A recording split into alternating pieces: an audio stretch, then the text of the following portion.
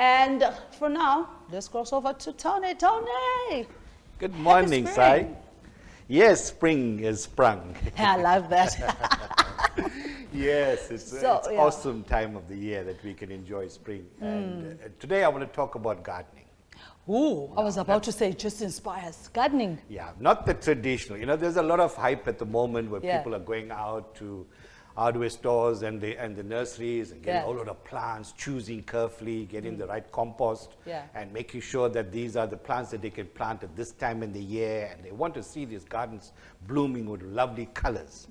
But let's just hold on there and focus on one of the most powerful gardens that we all have. It is the most fertile garden, grounds and soil that we actually possess, and that is our minds. Ooh. What are we planting in our minds? You know, besides going out, which is excellent, and making the gardens look good, what are we planting in our own minds? The minds that we all possess can either be planted with positive stuff or negative stuff, or with nothing. If we tend to plant nothing in those gardens, we're going to end up with weeds. And that is so important that as we go out, we want to go in and look at what are we planting in our own subconscious minds as well.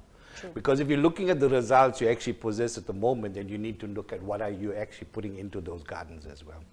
And there's various ways of actually managing it. You know, I always talk about capturing your thoughts. In each day, I want to encourage the viewers to capture your thoughts. Just stop and take an assessment. Just evaluate what thoughts are you processing in your mind. And if you find that there's negative thoughts, then you need to look at how you're going to change it. Now, I'm going to give an example, Sai, of actually how to do it. Okay. Many people think that you just stop negative thinking and it can change to positive thinking. It's not possible. No, it's not. Right? What I want to say is that when you're experiencing a negative thought, right, allow it to be part of your experience at that time. But don't invite it for coffee and biscuits. So don't let it mull and you become so consumed with this negative thought. Allow it to pass. Now this might sound so weird, but you actually allow it to come through. You say, thanks for visiting, and now you can leave. Wow, I like that. Right? So that you allow the negative thinking to pass by rather than it being held back and creating resistance. Because the more resistance you're actually experiencing, the greater the force is going to be at a later stage when it becomes overwhelming. Yeah. So the important thing is to allow it to be part of your experience, but also remember that you can change those thoughts as you experience a negative thought. So it's important to quickly at that time capture the thought and then look at least 3 things that will make it a little bit more positive and more encouraging for you. The other thing is, strangely enough, is to smile. When you smile, you're actually bringing on a totally different energy. Yeah. And the more often you're smiling, you actually will understand how powerful this technique is. Yeah. Simple, but it's so powerful as well. The other thing is, watch who you associate with. You know, people that you associate with must be people that support your mindset, your desire. Yeah. You know, I avoid the gossip mongers and the energy vampires. Hey, right? You're going to avoid those because there's lots of people that will constantly want to drain off you and kind of, you know, latch on to you. And we think it's okay to just give.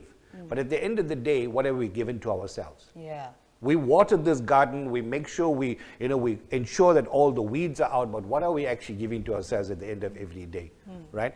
The other thing is get out of our comfort zone. Yeah, that's an important one, right? We've just come out of winter. Many of us have been literally hibernating. You know, we've now been stuck in overeating and, you know, all the comfort food. Yeah. Many of us have not been exercising often, and these are the kinds of things we need to get out and doing, right? When we start this and we can manage these new habits within 21 days, it becomes very much entrenched in the way we live our lives. Yeah. So 21 to 28 days, we're getting to a better place as well too, right? The other thing that's very, very important is to get a mentor. Okay. When we want to excel in our sport, we get someone who would coach us. Yeah. Right? Whether it is sprinting, whether it is swimming, whether it is whatever sport you take on, you want someone who is a learned person to actually help you. Yeah. Yet we so seldom depend on a mentor or coach to guide us through the life and its journeys. Yeah. So it's important to get in touch with someone that's going to help you, to guide you through the process as well. We don't have to know everything.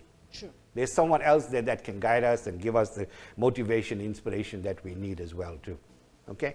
The other thing we need to also be very, very careful of is, what are we talking about? What is our language? What is the self-talk? What are we saying to ourselves every day? Yeah.